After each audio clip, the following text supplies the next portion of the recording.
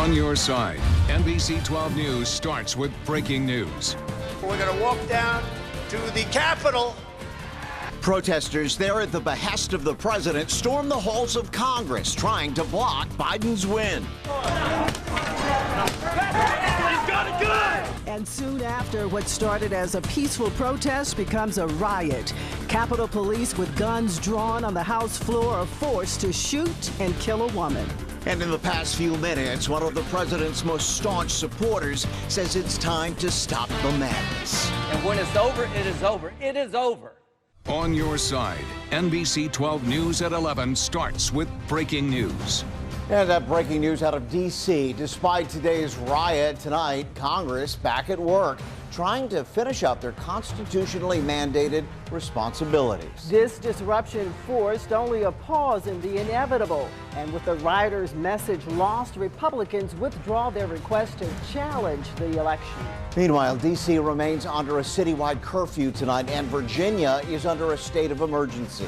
Take a look. This is live pictures from the Senate and House chambers, where lawmakers may find themselves working well into the early morning hours. We have a lot to cover tonight. That's why we have live local team coverage breaking down everything from how this changes our safety to the fear that some members of Virginia's congressional delegation experienced when they were forced to evacuate today in a cloud of tear gas. And political reporter Henry Graff looks at the political climate and where we go from here. But we want to start tonight with Alice Barr in Washington and the latest developments from Capitol Hill. The nation's capital on lockdown tonight, under curfew, hours after the U.S. Capitol and democracy itself came under siege. One person was fatally shot in 3 hours of chaos after a mob of supporters of President Trump and his false claims about the election surrounded and then stormed the Capitol. The drama unfolded this afternoon as lawmakers had just begun the traditional process of counting electoral votes, confirming Joe Biden's victory as the next president. Vice President Mike Pence and members of the House and Senate forced to take cover as rioters rushed past heavily armed officers, in many cases virtually unchallenged. Some made their way into the well of the House and the Senate, defiantly standing their ground in a place where elected officials had been doing their work only minutes earlier. One lawmaker likened it to crashing the gate of the People's House. President-elect Biden had harsher words. It's not protest. It's insurrection. President Trump said little to defuse the powder keg, but after lawmakers returned to count the votes, Vice President Pence led several Republicans in condemning the mob. To those who wreaked havoc in our Capitol today, you did not win. They tried to disrupt our democracy. They failed. An unforgettable day on Capitol Hill and a dark one in this nation's history. The police officers who guard the Capitol are facing harsh questions and criticism tonight about why they weren't better prepared and allowed a mob to take over what's supposed to be one of the most secure buildings in the world. In Washington, Alice Barr, NBC News. New tonight, Governor Northam weighing in on the violence in Washington, mincing few words about who he blames. The governor said tonight, and I'm quoting him, "The violence we saw at the U.S. Capitol today was nothing short of an armed insurrection and a humiliating assault on American democracy. The president incited this mob with his refusal to accept the lawful results of a fair and secure election. And the members of Congress who have enabled him and continue to encourage and praise his efforts bear just as much responsibility." Tonight, Virginia remains under a state of emergency as the state capitol is blocked off. Capitol Police set up roadblocks not long after the violence in D.C. Moments later, Mayor LeVar Stoney encouraged anyone who sees anything suspicious to report it. Richmond leaders have said this is precautionary and that no threats have been made.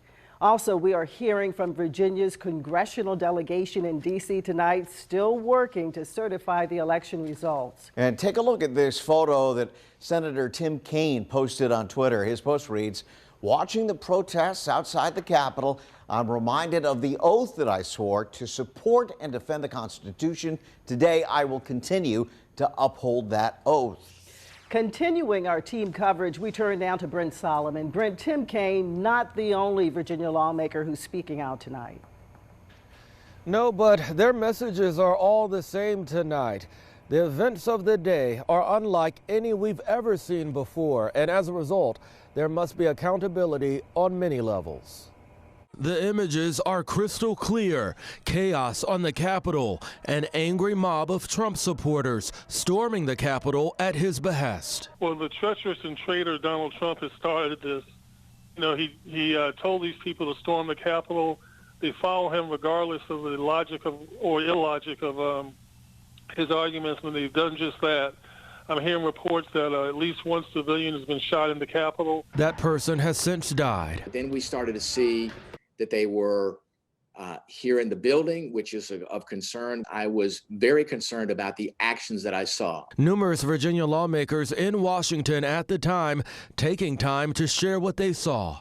We were getting alerts. One of the office buildings had been breached and there was some security threats there. They were evacuating everyone out of that office building, and then at one point there was a lockdown of the Capitol complex, so all of our office buildings and the United States Capitol.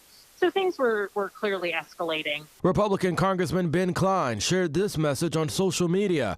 While people have a right to peaceably protest, those who breached the Capitol and assaulted police officers should be prosecuted. Make an analysis and figure out, what do we do in the future to make sure we avoid these situations. Surely we knew that there would be protesters, but did I think they would have the ability to storm the Capitol? No. And we'll have to investigate that and have a conversation at some future date about how this could happen.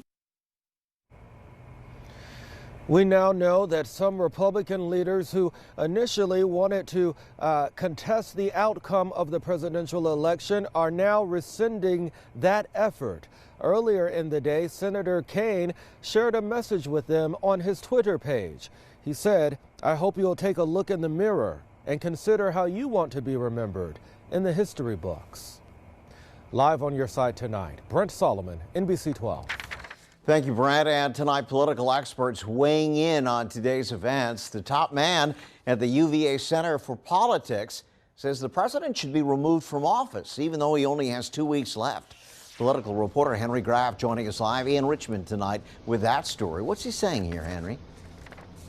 Curt, good evening. Yeah, Larry Sabato also going on to say those members of Congress who have been supporting the president through these efforts recently to overturn the election should also be expelled from Congress by their own colleagues. This is what happens when you elect a narcissistic would-be dictator as president of the United States. Not holding back words, tonight UVA Center for Politics Director Larry Sabato says President Donald Trump needs to go before his time in office is over. It's time to invoke the 25th Amendment, install Mike Pence, get Donald Trump out of town and away from the levers of power. Sabato says Trump supporters storming the U.S. Capitol today is shameful and beyond outrageous. It is genuinely described as a coup attempt. This will go down in American history as a shameful day. It is directly tied to Donald J. Trump. Sabato says Trump allies and enablers, including 4 Virginia congressmen who vowed to object to election results, also need to go. But if you think the political climate may change in Washington, don't hold your breath. 4 Republican congressmen from Virginia also bear some responsibility for this. And it's up to their constituents. I'll bet you right now they'll reelect them. And that's the problem. Back out here live, sadly, Sabato also says he doesn't see that political needle moving a lot as a result of the events. He also said, remember, at the end of the day here, just a month or two ago during the election, about 74 million people voted for Donald Trump winning another 4 years of this presidency. For now, we are live and on your side here in Richmond. I'm Henry Graff, NBC 12 News.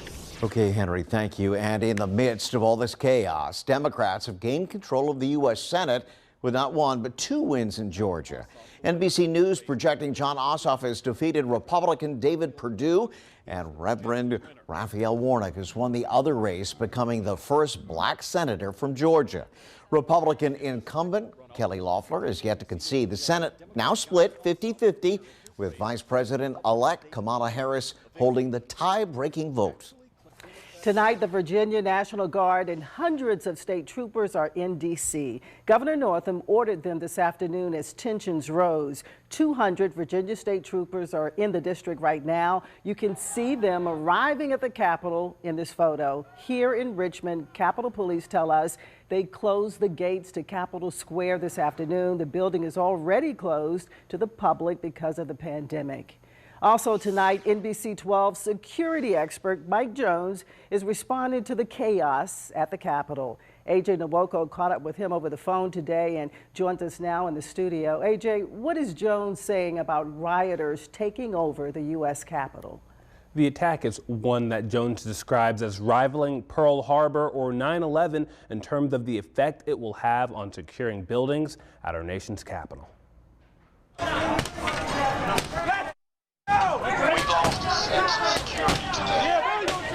At the seat of not only the U.S. government, but the most powerful seat of government in the world. NBC12 security expert Mike Jones says the work now will be gaining that sense of security back. That sounds like a gunshot. After hundreds of pro-Trump protesters stormed the nation's Capitol building just as Congress was set to officially certify Joe Biden as the 46th president of the United States. I caught up with him over the phone. When you attack the very fabric of a democracy, that's a dark time. Our Capitol has never been attacked like this. And when you see these visions, that's conjuring up a third world country. Jones says even though the Capitol is secured, the fear for law enforcement now is copycat attacks. Is this going to happen again? And that's part of the awareness that we need to let people know that, there might be someone that does something like this. It is prudent to raise your level of protection until such time as you can be a little more certain about the atmosphere. Jones says multiple law enforcement agencies are doing just that by bolstering up security measures both visibly and covertly. They need to have a visible presence a little bit more, not only to deter a potential offender, but also to assure the public. One thing can be for certain. Jones says security protocols at the nation's capital will never be the same. Security at any type of facility is always evolving. You look for traditional threats as well as asymmetric threats. All the while that you're playing catch-up, you're trying to get ahead of the game by finding out what could be next. A dark day indeed. Jones says you can expect an even more heavier security presence both publicly and covertly at Biden's inauguration, which is just 2 weeks away now. For now, on your side, AJ Nwoko, NBC12 News. Still ahead on 12 News at 11, the latest on Virginia's fight against coronavirus and how Governor Northam says he hopes to pick up the pace of vaccine distribution, possibly getting you your shot a little sooner. Megan. We've got mainly clear skies tonight, a quiet weather day for us tomorrow with some sunshine. I'll show you the latest details on our Friday forecast coming up here after the break. Checking back in on the nation's capital tonight at this hour, Congress on track to confirm the electoral votes and certify Joe Biden as the next president of the United States. Earlier tonight, when it was not clear if the Capitol building and these hallowed chambers could be secured, Congresswoman Abigail Spanberger told me over the phone that she and her colleagues were prepared to certify this vote at a secret undisclosed location had they had the need to do that. And as the counting of the Electoral College votes continues into the night, for hours, of course, as we've been telling you, rioters were inside the Capitol. New at 11, Jasmine Turner takes a look back at the images from inside and outside. It started with thousands outside of the U.S. Capitol. In the crowd, flags, a gas mask, helmets on. Trump supporters charging forward, police pushing back. The air filling with chemicals, storming into the country's Capitol building. Eventually, walls scaled, windows broken.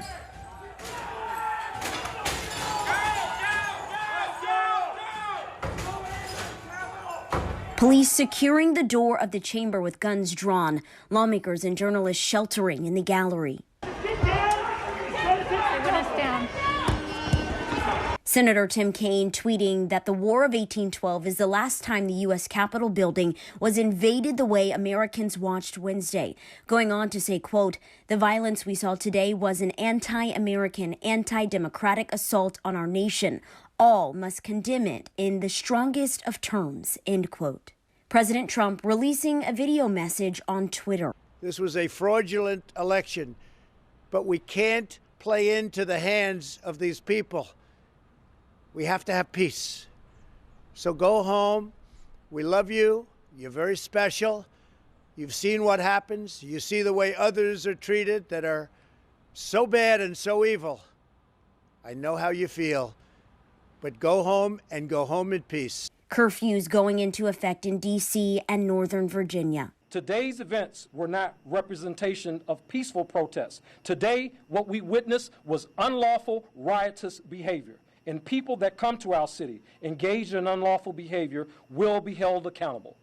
Night falling after hours of chaos. Lawmakers returning to counting Electoral College votes. On your side, Jasmine Turner, NBC12. Developing tonight, President Trump will not be able to use his Twitter account for 12 hours after the website found several of his tweets and his message to the American people in violation of the civic integrity policy. 3 of Trump's tweets have been removed from the platform and his account frozen. In a series of tweets, Twitter blamed a series of repeated and severe violations of the platform's policies. In addition, Facebook has also removed the president's video and suspended the president's page for 24 hours. Turning our attention to the fight against coronavirus now, NBC12 has learned a soldier at Fort Lee has died from the virus. 38-year-old Sergeant First Class Lisa Maria Soto died January 2nd at John Randolph Medical Center. That from complications of COVID-19. Soto served in the Army for more than 20 years. She was originally from South Carolina. And statewide, Virginia continues to trend poorly. Today, the Commonwealth reports a record number of new cases, nearly 5,400 added to the state's total. That pushed the positivity rate up to 16.7%. 35 deaths also reported. Hospitalizations continue in Virginia at record levels. The vaccine is supposed to help us turn the corner, but the rollout continues to be extremely slow. 2,700 doses were administered in the last 24 hours, and that means only 24% of the state's vaccine supply has been used so far. The governor said the state is finding its footing on a massive rollout of COVID-19 vaccinations, much like what we saw with PPE and testing early in the pandemic.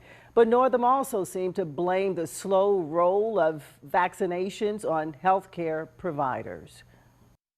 And now that we have a baseline, we can ramp it up. We can be faster, and we're going to be faster. That starts with a simple message to healthcare providers, health departments, hospitals, clinics, pharmacies, everywhere. You use it or you lose it. So I want you to empty those freezers and get shots in arms. VDH estimates hospitals have actually given out between 30,000 and 50,000 more shots in the arms than being reported. And local health departments are suspected to have given 9,000 more than being reported. The Virginia Employment Commission releases some new information today. It's about the timeline for new unemployment benefits. While VEC is still waiting on guidance from the U.S. Department of Labor, several now do have extended timelines for these benefits. The hope is to implement the PEUC benefit system Friday. That means if you have not exhausted your 13-week allotment, you can file additional claims. As for the PUA benefit system, the VEC hopes to implement that program January 14th. For more information and a better explanation, go to NBC12.com. Accurate, reliable, breaking weather specialists. This is NBC 12 First Alert Weather. We have a quiet day weather-wise for us tomorrow. We'll see some sunshine during the morning, and it looks like it'll continue into the afternoon before we start to see some cloud cover moving into the area by the evening. Temperature-wise, similar to today, we'll top out in the upper 40s. Still watching Friday with that potential of some wintry precipitation still lined up for especially our far southern counties towards the North Carolina border. I'll show you the latest hour by hour with that, and it's still set to move out Friday evening, so this weekend, both Saturday and Sunday feature some sunshine. Temperatures, though, mornings are going to be cold, and then in the afternoons, we are looking chilly both Saturday and Sunday. This evening, mainly clear skies. Current temperature at the airport, we're at 35 degrees. Was breezier early today. Now winds are calm, and we're looking at the mid-20s. If you are over towards Chesterfield County, up towards Louisa, you're already in the mid-20s as well. We have upper 20s in Petersburg. Still holding on to the mid-30s if you're east of town from Tappahannock to West Point. But clear skies tonight. Everyone's going to fall into the 20s. So make sure you bundle up as you make your way out the door tomorrow. You can see some cloud cover, though, basically surrounding us up towards the north, back towards the west and southwest. We're seeing some clouds. Also, watching a winter storm watch. This is in advance of the system that is going to impact our area for Friday. This includes a little bit of Virginia, but mainly down towards North Carolina and North Georgia, where they're expecting some accumulating snow. Around here tonight, overnight, mainly clear skies. We start tomorrow upper 20s. Commuter forecast, no problems weather-wise. Good deal of sunshine as we go into the afternoon. We'll top out in the upper 40s for our afternoon tomorrow. And then fast forward to Friday here, especially during the morning. Take a look at Richmond and south of town. This will be the best chance or area that we'll watch for the greatest potential of possibly seeing a little bit of light accumulation, slushy accumulation on the grass, and any mulch or your driveways we'll need to pay close attention to as we go throughout Friday morning. Exits this model European out of here by Friday evening. GFS model, similar output as far as where we would see the potential of some accumulation. If the precipitation comes down a little harder at times, that's where we could get some snow falling, and that does look like it does exist down towards far southern Virginia, where we could again see some light accumulations. Now, some light scattered rain showers will be possible during the daytime in Richmond as far north as that precipitation moves. And then it does look like it moves out Friday evening. Upper 30s for Friday, quiet this weekend, sunshine. Low 40s for Saturday, will be in the mid 40s for Sunday. We'll be right back after this break. The family of a Hopewell nurse is asking the community to do its part to stop the spread of COVID-19. Sivy Robertson died on New Year's Day after spending weeks in the hospital on a ventilator. Her mother says she wants to see more lives saved by more people taking precautions. Jasmine Turner has the story. And on January 1st, 2021, it stopped her heart. The heart of a natural-born caretaker. Being her elderly mom, she thought that she was the caretaker of everyone who needed help. 51-year-old LPN Sivy Robertson spent the last months of her life caring for COVID-19 patients at a long-term care facility in Hopewell. Her mother, Mona Terry, remembers the day Sivy was assigned the COVID hall. She said, "Mom, I'm scared. Mom, they're bringing COVID patients in." That was in July. Sivy continued to work and care for those struggling to beat the virus. Her mother says Sivy took every precaution on the job and in her personal life as she was a mother of 3 with a new grandbaby, all the while studying to become an RN. But she eventually contracted the virus. This COVID ravaged her body. By the time Sivy was admitted to the hospital, she couldn't walk and could barely breathe, eventually placed on a ventilator. We thought that she would protect herself with her mask and her PPE.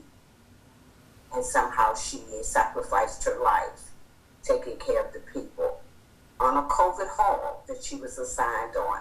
Terry now wants the spirit of Sivy's caring. I will miss her. We will always love her. To live on through the community, protecting each other. I want Sivy to be remembered as a hardworking nurse, but I also want her to be remembered as a person who followed the science. On your side. And so it's important to me for people to pay attention to what is happening around us. Mask up. Jasmine Turner, NBC12. Taking you back live to D.C. tonight for another look at chaos at the Capitol, where we've uncovered new details. Sadly, we're just now learning that 4 people have now died after Trump supporters occupied the Capitol.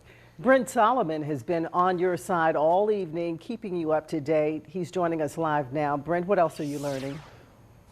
Diane, Curt, we now know that one woman was shot by police. We also know there were 3 medical emergencies this evening, so 4 deaths in Washington. I can tell you that Virginia State Police troopers remain on scene right now. They'll be working into the overnight hours to keep the peace. Right now in Washington, there is a curfew in place, which we know rioters have defied.